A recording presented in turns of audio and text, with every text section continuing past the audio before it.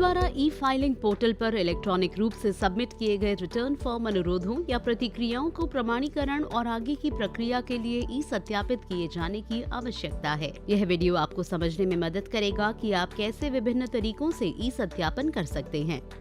ई सत्यापन की आवश्यकता वाले सबमिशन या प्रक्रियाओं को ई सत्यापित करने के लिए आपका ई फाइलिंग पोर्टल पर एक पंजीकृत उपयोगकर्ता होना आवश्यक है, जिसमें आयकर रिटर्न, आयकर फॉर्म, सेवा अनुरोध, ऑडिट रिपोर्ट जैसी अन्य चीजें शामिल हैं।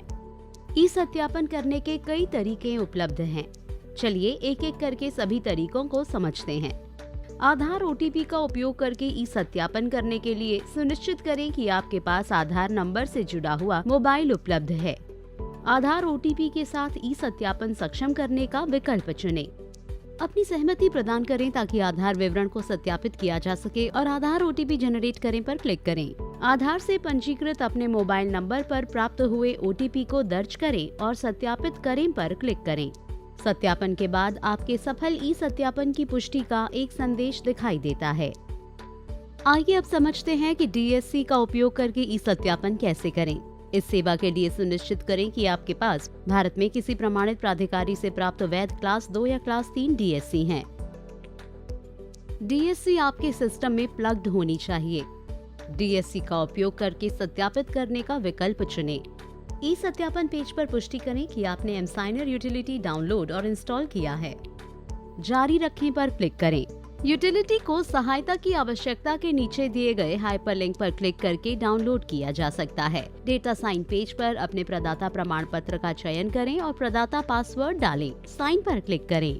सत्यापन के बाद एक संदेश प्रदर्शित होता है जिसमें आपके सफल ई सत्यापन की पुष्टि होती है। चलिए हम बैंक खाता ईवीसी और डीमैट खाता ईवीसी के माध्यम से ई सत्यापन प्रक्रिया को समझें। सुनिश्चित करें कि आपका बैंक खाता और डीमैट खाता मान्य है। आपके पास वह मोबाइल नंबर भी होना चाहिए जो आपके बैंक खाते या डीमैट खाते के साथ पंजीकृत है।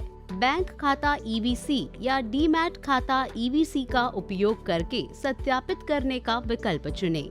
ईवीसी जनरेट किया जाएगा और आपके उस मोबाइल नंबर और ईमेल आईडी पर भेजा जाएगा जो आपके पूर्व सत्यापित और ईवीसी सक्षम बैंक खाते या डीमैट खाते के साथ पंजीकृत है। प्राप्त हुआ ईवीसी दर्ज करें और ई सत्यापन पर क्लिक करें। सत्यापन के बाद एक संदेश प्राप्त होता है जिसमें आपके सफल ई सत्यापन की पुष्टि होती है। चलिए नेट बैंकिंग के माध्यम से ई सत्यापन प्रक्रिया को समझें। यह सुनिश्चित करें कि आपके पास एक वैध बैंक खाता है जिसमें इंटरनेट बैंकिंग सुविधा सक्रिय है और आपका पैन नंबर भी बैंक खाते से जुड़ा हुआ है। नेट बैंकिंग का उपयोग करके सत्यापित करने का विकल्प चुनें। अपेक्षित बैंक हाइपरलिंक पर क्लिक करें। आप बैंक लॉगिन पेज पर पहुंच जाएंगे जहां आपको अपना नेट बैंकिंग उपयोगकर्ता नाम और पासवर्ड का दर्ज करके लॉगिन करना होगा। अपने बैंक की वेबसाइट पर ई फाइलिंग लिंक पर क्लिक करें और आपको ई फाइलिंग डैशबोर्ड पर पुनः निर्देशित किया जाएगा।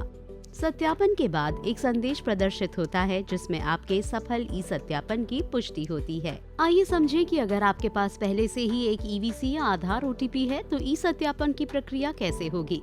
आपके पास पहले से मौजूद ईवीसी या ओटीपी के साथ ई सत्यापन करने का विकल्प चुनें। दिए गए टेक्स्ट बॉक्स में ईवीसी या ओटीपी दर्ज करें और जारी रखें पर क्लिक करें। सत्यापन के बाद एक संदेश प्रदर्शित होता है जिसमें आपके सफल ई सत्यापन की पुष्टि होती है।